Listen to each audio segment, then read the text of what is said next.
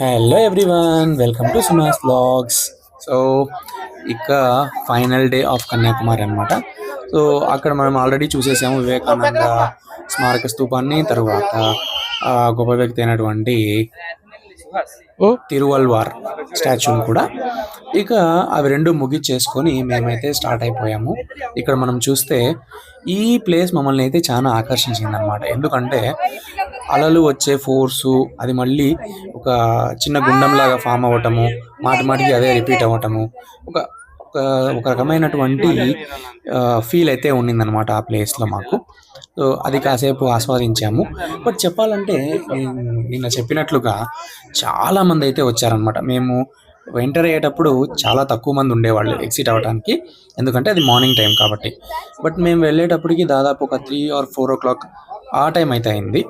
ఆ టైంకి మ్యాక్సిమం అందరూ ఇంటికి వెళ్ళాలి అని అనుకుంటారు కాబట్టి అక్కడ చూస్తే చాలా అంటే చాలా పెద్ద క్యూ, నియర్లీ ఒక 200 to 300 మెంబర్స్ క్యూలో నిలబడ్డారు అనమాట.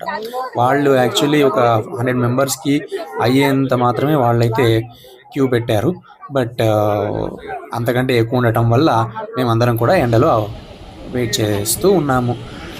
వెయిట్ చేసే టైంలోనే ఇక్కడంతా చూసుకుంటూ ఎంజాయ్ చేస్తూ, చెప్పాను కదా ఇందాక గ్లాస్ బ్రిడ్జ్ అనేసి, ఆ గ్లాస్ బ్రిడ్జ్ వరకు లైన్ అయితే ఉండిందనమాట. ఇక్కడ ఒక చిన్న కామెడీ ఇన్సిడెంట్ అయితే మాకు జరిగింది. అదేంటంటే వేరే వాళ్ళు మాట్లాడుకుంటూ ఆగిపోయారు. నియర్లీ ఒక 15-20 feet మేము వెళ్ళి వాళ్ళ ముందుకు చేరుకొనేసామన్నమాట లైన్లో. దానివల్ల మాకు ఒక 10 minutes కలిసి వచ్చింది. ఈ విధంగా ఇక ముందుకు బయలుదేరాము. మాలాగే చాలామంది చేస్తున్నారు. మేము చేయడం అనేది చాలా బ్యాక్ సైడ్ చేసాం కాబట్టి ఎవరు ఎక్కువ ఏం మాట్లాడలేదు. బట్ ఇక్కడ చాలామంది దూరిపోతున్నారు. సో చాలా గొడవలు అవి కూడా అయ్యాయి అన్నమాట. ఫైనల్లీ వచ్చేసాము. ఇదే అన్నమాట ఎండింగ్. ఇక మా కోసం అయితే షిప్ అయితే రెడీగా ఉంది. వాడు పార్క్ చేసుకుంటున్నాడు. షిప్లో ఎక్కేసి మేమైతే ఇక స్టార్ట్ అయిపోతున్నాం. కన్యాకుమారి జర్నీ అయితే మేము ముగించేసుకున్నాం అనమాట. ఇక షిప్లోకి ఎంటర్ అయ్యి ఇప్పుడు షిప్ నుంచి ఎగ్జిట్ కూడా అయ్యాము. ఆల్రెడీ షిప్ వీడియో తీశాను కాబట్టి మళ్ళీ ఎందుకులే అనుకున్నాను అనమాట. ఇక షిప్ జర్నీ కన్యాకుమారిలో చూడవలసినటువంటి beautiful and most famous places అయితే కంప్లీట్ చేసేసుకొని ఎంతో ఆయాసంతో, ఎంతో చెప్పాలంటే బాగా అలసిపోయాము. ఎందుకంటే చాలా అంటే చాలా ఎండ ఉండింది. ఈ టైంలోనే ఇలా ఉండిందంటే ఇక వేరే మంత్స్లో వస్తే వేరే లెవెల్ ఎండ్ అయితే ఉంటుందన్నమాట. ఈ ప్రదేశమే ఫైనల్ ప్లేస్. ఇందాక ఇక్కడ మనం క్లియర్గా అయితే చూడొచ్చు. ఇదే ఎండ్ ఆఫ్ ఇండియా అని చెప్పుకోవచ్చు. ఈ తీరంలో ఇక్కడ నేను చూపిస్తున్నటువంటి ప్లేస్ ఏదైతే ఉందో అది మాకైతే ఎంట్రీ లేదనమాట. ఇక్కడ నుంచి క్లియర్గా మనకి ప్లేస్, ఐలాండ్ లాంటి ప్లేస్ మేము వెళ్ళొచ్చాం కదా, అదైతే క్లియర్గా కనిపిస్తుంది. ఇక్కడైతే ఎండ్ అయిపోయింది. సో నెక్స్ట్ డే మేము మార్నింగ్ లేచిన వెంటనే చాలా పీస్ఫుల్గా, చాలా చల్లగా ఉండిందనమాట. అలాగే నెక్స్ట్ డే కూడా నేను ఒక చిన్న వీడియో క్లిప్ అయితే తీసుకున్నాను. ఇదే మేము తీసుకున్నటువంటి ట్రైచి హోటల్ అనమాట. అక్కడ మాకి బీచ్ వ్యూ అనే రూమ్ అయితే తీసుకున్నాము కాబట్టి కాస్త కాస్ట్లీ. ఇదే అన్నమాట ఆ వ్యూ.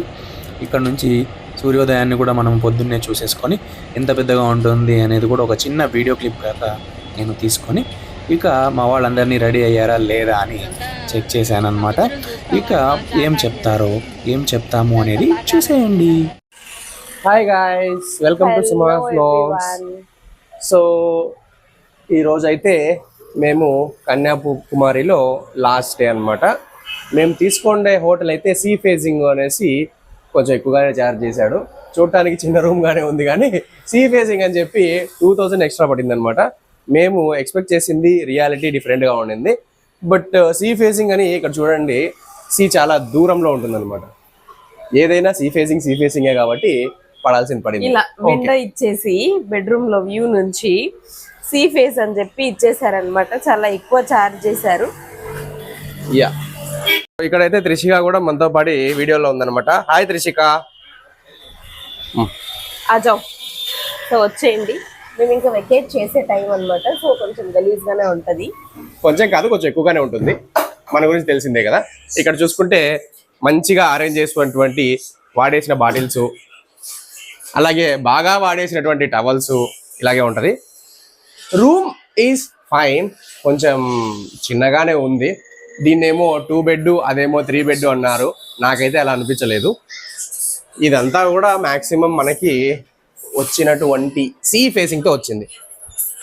నెక్స్ట్ అయితే వాష్రూమ్ చాలా కంఫర్టబుల్గా ఉండింది చెప్పాలంటే, చాలా పెద్దగా ఉంది. వాటర్ అయితే అంత పెద్దగా రాలేదు వేడిగా. జిజు ఇక ప్యాక్ చేసుకొని మసనం హాలిడేస్ నెక్స్ట్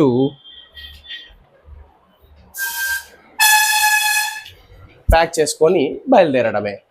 నెక్స్ట్ వ్లాగ్కి రెడీగా ఉండండి. Thanks for watching. Subscribe to Sumaha's vlogs.